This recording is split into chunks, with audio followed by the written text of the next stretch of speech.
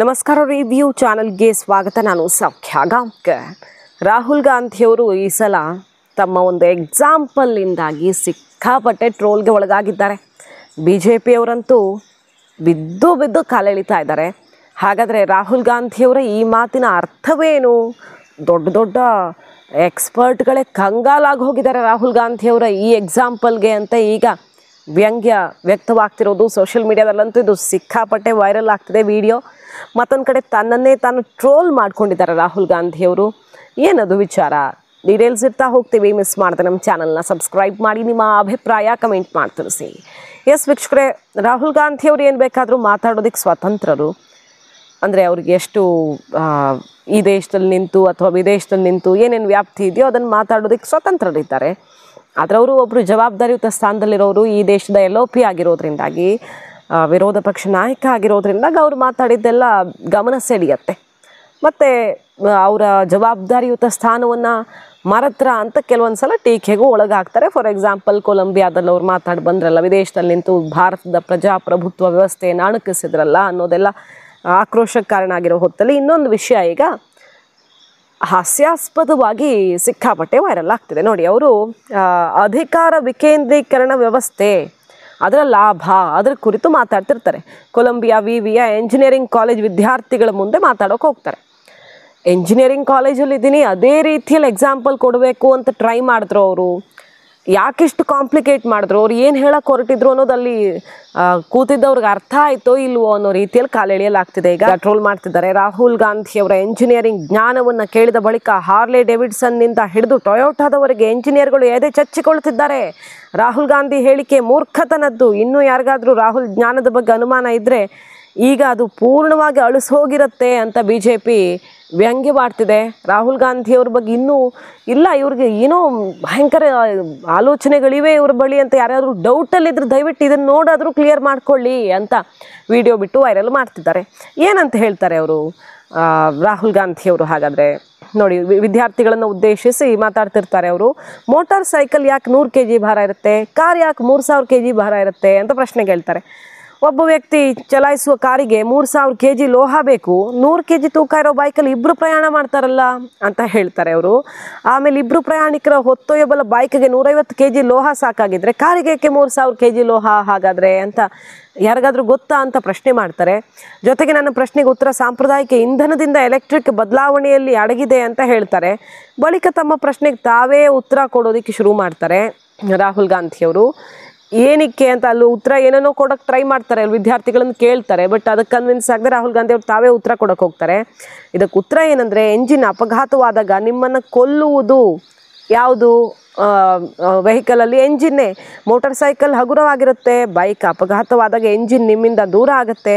ಅಂದರೆ ಎಂಜಿನ್ನಿಂದ ನಿಮ್ಮ ಜೀವಕ್ಕೆ ಯಾವುದೇ ಅಪಾಯವಿಲ್ಲ. ಆದರೆ ಕಾರು ಅಪಘಾತ ಆದಾಗ ಅದರ ಎಂಜಿನ್ ಕಾರ್ನೊಳಗೆ ನುಗ್ಗಿ ನಿಮಗೆ ಗಾಯ ಮಾಡುತ್ತೆ. ಸೊ ನಿಮ್ಮ ಕಾರನ್ನು ಡಿಸೈನ್ ಮಾಡೋರು ಎಂಜಿನ್ ನಿಮ್ಮನ್ನು ಕೊಲ್ಲದಂತೆ ಡಿಸೈನ್ ಮಾಡಿರ್ತಾರೆ ಅಂತ ಅವ್ರು ಎಕ್ಸ್ಪ್ಲೇನ್ ಮಾಡ್ತಾ ಹೋಗ್ತಾರೆ. ಅವರ ಉದಾಹರಣೆ ಅಧಿಕಾರ ವಿಕೇಂದ್ರೀಕರಣದ ಬಗ್ಗೆ ಅವ್ರು ಮಾತಾಡೋಕೆ ಹೋಗಿದ್ದು. ಅಧಿಕಾರ ವಿಕೇಂದ್ರೀಕರಣಕ್ಕೆ ಅವರು ಕೊಟ್ಟ ಎಕ್ಸಾಂಪಲ್ಲು ಒಂದಕ್ಕೊಂದು ತಾಳಮೇಳ ಮತ್ತು ಅವರು ಕೊಟ್ಟ ಎಕ್ಸ್ಪ್ಲನೇಷನ್ನು ಎಂಜಿನ್ ಬಗ್ಗೆ, ಇದೆಲ್ಲವನ್ನು ಕೇಳಿ ದೊಡ್ಡ ದೊಡ್ಡ ಈ ಮೋಟಾರ್ ಸೈಕಲ್ ಡಿಸೈನರ್ಸು ಕಂಪನಿಗಳೆಲ್ಲ ಎದೆ ಒಡ್ಕೊಂಡಿದ್ದಾರೆ. ಎಂಥ ಎಂಜಿನಿಯರಿಂಗ್ ಜ್ಞಾನ ಇವರದ್ದು ಅಂತ ಮುಗಿ ಬೀಳ್ತಿದೆ. BJP ಕಾಲೆಳಿತಿದೆ. Different way to move, right? So for example, if you, interesting question, why does a motorcycle weigh 100 kilos and a car weigh 3000? Car carries, to carry one passenger, you need 3000 kilos of metal in a car, if one passenger is driving a car. And a motorcycle has 100 kilos, carries 2 passengers. So why is a motorcycle able to carry 2 passengers with 150 kilos of metal and a car needs 3000? This question is at the center of the transition to electric. So what do you think the answer is? Engineering students. Yeah. I don't think it's just because of the Christianity, but also because the car has more wheels But why does Por the car need the favor, structure? las preguntas con el micrófono para que todos en el auditorio podamos escuchar. En un momento te la llevamos. May I answer your question? Yeah, Because if you account for the weight of a battery car is much more than a petrol car. No, Much heavier. my question is, what is it about the car that requires 3,000 kilos of metal? And the answer is, it's the engine. Because it's the engine that kills you on impact, right? And the motorcycle is light because the engine disappears from you when you have an accident, right? Every time the engines in motorcycles are heavier and heavier. If you see, the power in motorcycles nowadays are becoming heavier, are higher than older motorcycles. But in a motorcycle, when you have an impact, the engine is separated from you. So the engine doesn't hurt you. Whereas in a car, when you have an impact, the engine comes into the car.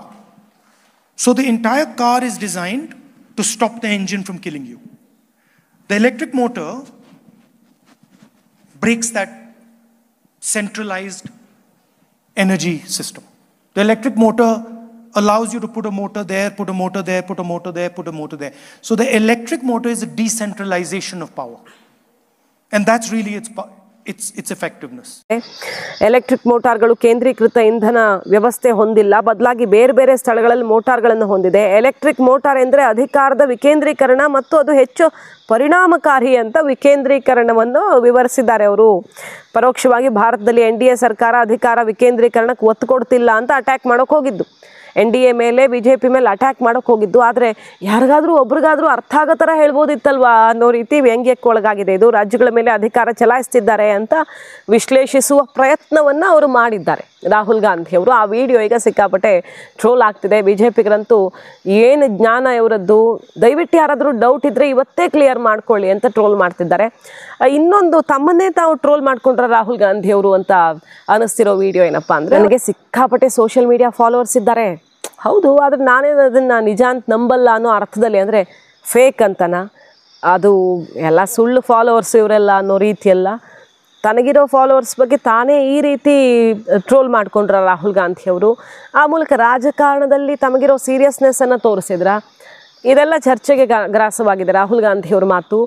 So ಒಬ್ಬ ಪ್ರಮುಖ ಹುದ್ದೆಯಲ್ಲಿರುವಂಥ ಸ್ಥಾನದಲ್ಲಿರುವಂಥ ನಾಯಕ ಈ ರೀತಿಯಲ್ಲಿ ತಮ್ಮ ವ್ಯಕ್ತಿತ್ವವನ್ನು ತಾವು troll ಮಾಡ್ಕೊಳ್ತಾರ ಅನ್ನೋ ತನಕ ಇದು ಚರ್ಚೆಗೆ ಕಾರಣ ಆಗಿದೆ.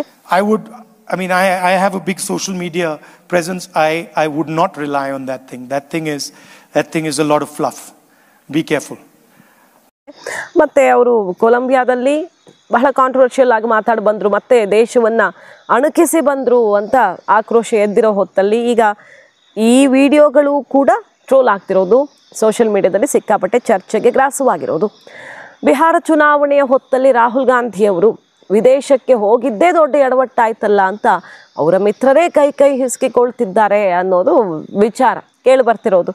ಭಾರತದ ಆಡಳಿತ, ಇಲ್ಲಿರುವಂಥ ಪಕ್ಷವನ್ನು ಬೈಯೋದು ಬೇರೆ, ಭಾರತದಲ್ಲಿ ಪ್ರಜಾಪ್ರಭುತ್ವ ವ್ಯವಸ್ಥೆಯೇ ಕುಸಿದಿದೆ ಅಂತ ಹೇಳೋದು, ಅಥವಾ ಭಾರತದಲ್ಲಿ ದುರ್ಬಲರನ್ನು ಅಟ್ಯಾಕ್ ಮಾಡಲಾಗ್ತಿದೆ, ದುರ್ಬಲರನ್ನು ಹಿಂಸಿಸಲಾಗ್ತಿದೆ ಅಂತ ಹೇಳೋದು, ಯಾವುದೋ ಸಮುದಾಯವನ್ನು ಹಿಂಸೆಗೆ ಒಳಪಡಿಸಲಾಗ್ತಿದೆ ಅಂತ ಹೇಳಿದ್ರೆ ವಿದೇಶದಲ್ಲಿ ಹೋಗಿ ಏನು ಹೇಳ್ದಂಗಾಯ್ತು.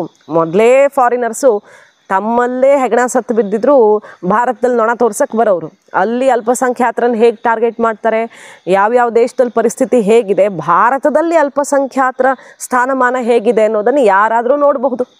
ಅಂಥದ್ರಲ್ಲಿ ನಮ್ಮ ಬಗ್ಗೆ ಅವರು ಟಾಲರೆನ್ಸು ಮತ್ತೊಂದು ಅಂತ ಪಾಠ ಮಾಡೋಕೆ ಬರ್ತಾರೆ. ಅಲ್ಲಿ ಹೋಗಿ ಇವರು ಈ ಥರ ಸ್ಪೀಚ್ ಕೊಟ್ಟು ಬಂದರೆ ಅನ್ನೋ ಆಕ್ರೋಶ ಸಿಡಿದಿರೋ ಹೊತ್ತಲ್ಲಿ ರಾಹುಲ್ ಗಾಂಧಿ ಅವ್ರಿಗೆ ಇದೆಲ್ಲ ಬೇಕಿತ್ತ ಅನ್ನೋ ಚರ್ಚೆ ಅಂತೂ ಮತ್ತೆ ಈಗ ಜೋರಾಗಿದೆ. ಬಿಹಾರ ಎಲೆಕ್ಷನ್ಗೆ ಇದು ಒಂದು ದೊಡ್ಡ ಕಾಸ್ಟ್ಲಿ ವಿಚಾರ ಆಗಬಹುದು ಅಂತ.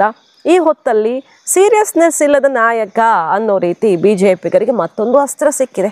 ಮಾಹಿತಿ ಇಷ್ಟ ಆಗಿದ್ರೆ ಮಿಸ್ ಮಾಡಿದ್ರೆ ನಮ್ಮ ಚಾನಲ್ನ ಸಬ್ಸ್ಕ್ರೈಬ್ ಮಾಡಿ, ನಿಮ್ಮ ಅಭಿಪ್ರಾಯ ಕಮೆಂಟ್ ಮಾಡಿ ತಿಳಿಸಿ. Thank you.